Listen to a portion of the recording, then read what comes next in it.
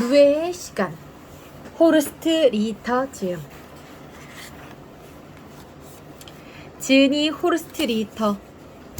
호르스트 리히터는 독일에서 많은 사랑을 받는 TV 진행자이며 스타 셰프이자 작가다.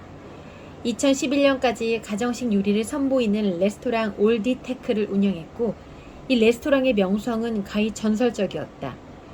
그는 독일 공영방송 ZDF의 라퍼 리히터 맛있어를 맡아 진행하면서 재치있는 입담과 요리 실력을 선보이며 매주 수백만 명의 시청자를 열광시켰다. 또한 ZDF 프로그램 희귀품의 현금으로 매번 새로운 시청률 기록을 세우고 있다. 호르스트 리히터는 여러 방송 프로그램으로 주요 상을 휩쓸었고, 유명세에 힘입어 2004년부터 라이브 무대에 서고 있으며 5개의 프로그램으로 독일과 오스트리아, 스위스에서 투어 공연을 했다. 독일 라인 출신의 쾌활한 성격의 소유자 호르스트 리히터에게 가장 중요한 것은 언제나 사람들의 이야기이며 그의 철학이 요리와 글에 투영되고 있다. 지은이 호르스트 리히터였고요. 옮긴 이는 김현정입니다. 목차 소개하겠습니다. 1. 누구나 사소한 침묵의 시간이 필요하다. 2. 인생의 루해 한 번쯤. 3. 일상에서 평온함을 찾는 방법. 4. 길을 잃지 않고 살았더니 길이 보이더라. 이렇게 나누어져 있고요. 처음부터 낭독 시작해 보도록 하겠습니다. 1.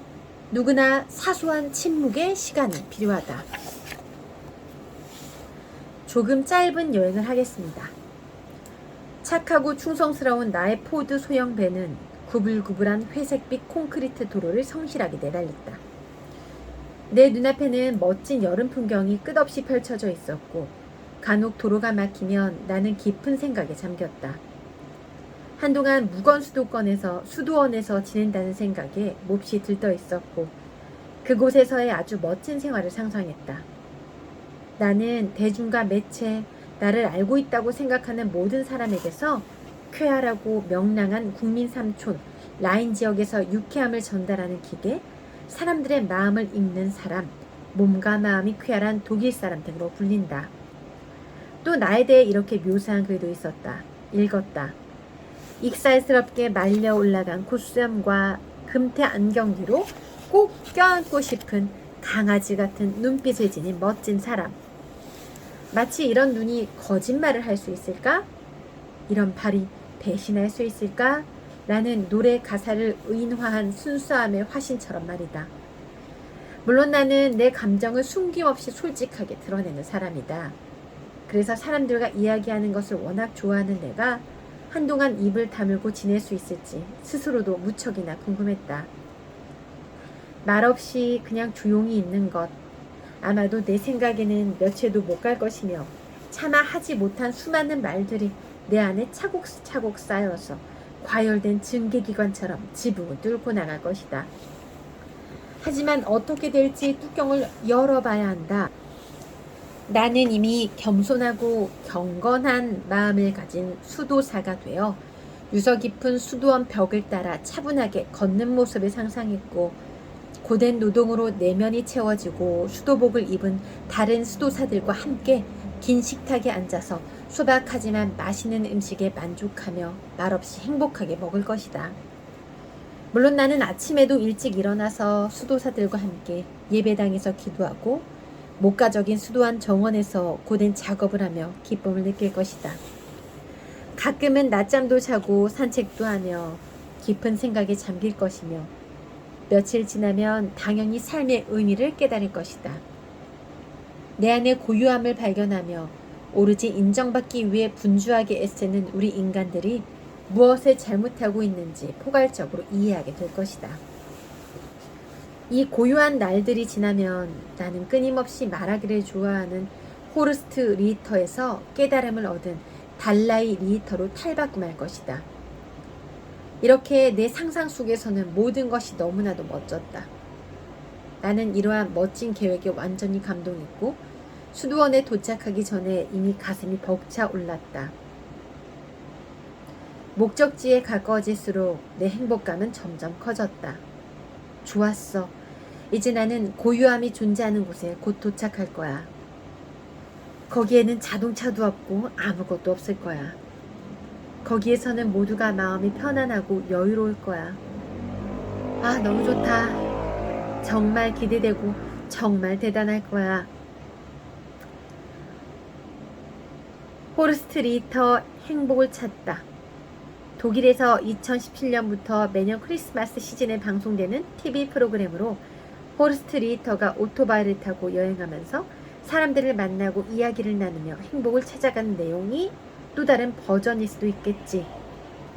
오토바이를 타고 몇 주 동안 여기저기를 다니지 않고서도 인생 계획과 이 모든 것을 포착할 수 있다니 정말 꿈같이 엄청난 생각이었다.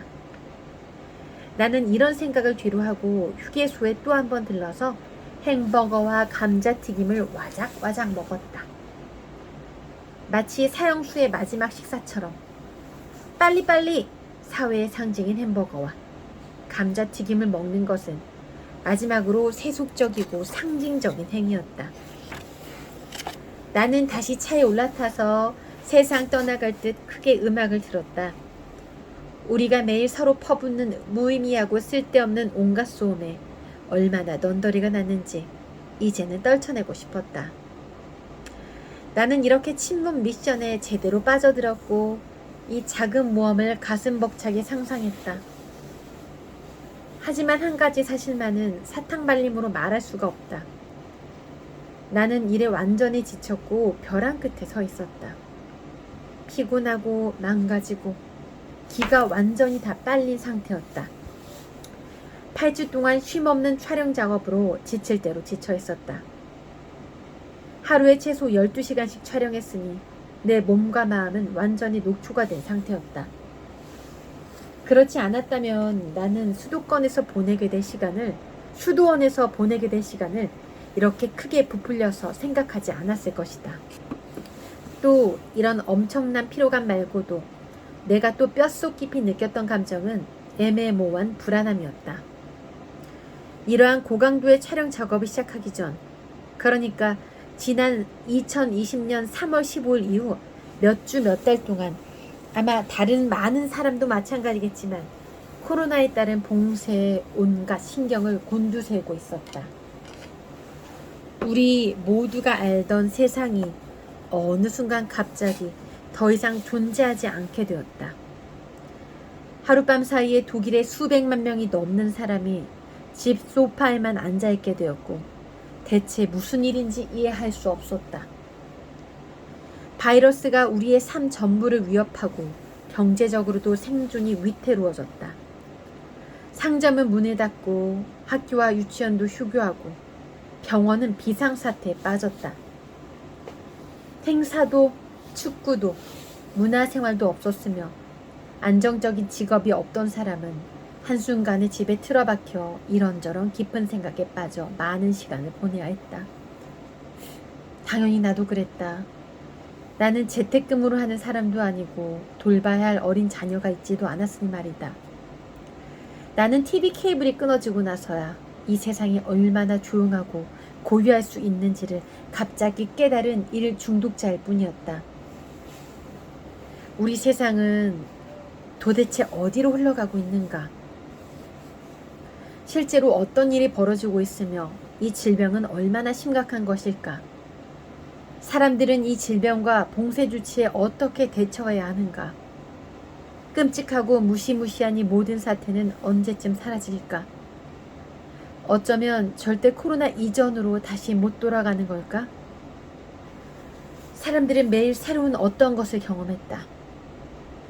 이제는 거의 확실했던 것이 다음 날이 되면 다시 쓸모없고 한물간 어제의 뉴스가 되어버렸다. 아무도 정확히 예측하지 못하는 상황인데도 많은 사람이 토크쇼에 등장해 여기저기서 떠들었다. 마치 숟가락으로 이 세상 지혜를 마구 퍼먹은 양 네로라는 토크쇼에서는 각각 유명한 바이러스 학자를 섭외했다. 그들에게 무엇보다 중요한 것은 경쟁 프로그램에 등장한 동료 학자를 반박하는 것이었다. 어쨌든 나한테는 그렇게 보였다. 저녁마다 내가 온갖 생각에 잠긴 채 들판을 거닐며 산책할 때 세상은 여느 때와 다르지 않았다. 새들이 지저귀고 해가 지고 저녁 노을이 비단 카페처럼 널리 펼쳐졌다. 잠자리에 들 때 나는 자주 이런 생각을 했다. 언제나 그렇듯이 내일 아침 세상은 다시 시작된다. 하지만 알람 시계도 울리지 않았고 나를 기다리는 일도 없었으며 온종일 이상하리만큼 조용했다. 어느 정도 시간이 흐르면서 나는 코로나 봉쇄가 좋은 효과도 일으킬 수 있을 것이라는 희망에 기대를 걸었다. 결국 사람들 모두 한 배에 탔으니 서로 돕고 서로에게 정중하고 친절하게 대할 것이라고 말이다. 하지만 몇 달이 지난 후 사람들이 의미 없이 화장지를 사재기하는 급급한 광경을 보면서 나는 다수가 공동체 의식이 없고 뻔뻔하고 공격적이고 약해졌다는 사실을 간과할 수 없었다. 심지어 나는 봉쇄가 다시 어느 정도 풀리고 상황이 적어도 조금은 정상으로 되돌아온 후 오히려 사람들의 공격성이 부분적으로 더욱 강해졌다는 인상을 받았다. 어느 날은 시내에 가는 것이 갑자기 이상하게 느껴진다는 생각이 들었다. 사람들이 다시 거리낌 없이 가깝게 앉아있는 모습이 보였지만 어딘지 모르게 그들의 얼굴에 짜증이 스며들어 있다는 인상을 받았다. 한마디로 뭔가 느낌이 낌새가 이상했다. 나는 이 장면을 보면서 아주 자연스럽게 이런 생각을 했다. 경찰차가 와서 사람들에게 마스크를 쓰고 거리를 유지하라고 요구하면 화약고가 폭발하듯 싸움이 일어날 것이다. 나는 묘한 기분이 들었다. 그 이후로 나는 시내를 크게 우회해서 다니기 시작했고 처음에는 고요함에 익숙하지 않았지만 점점 시간이 지나면서 친숙해졌다. 이제 여러분은 리히터가 고요함을 찾은 것인가? 몇 달 동안 소파에 앉아서 아주 좋은 생각들을 많이 할 수 있었나 보다. 그렇게 생각할 수도 있을 것이다. 하지만 그렇게 간단한 문제가 아니다. 그렇게 간단했다면 첫 봉쇄 후에 완전히 깨달음은 얻은 자들만 돌아다녔겠지. 진정한 자신의 내면은 자기 집 소파에 앉아서 그렇게 쉽게 찾을 수 있는 것이 아니다.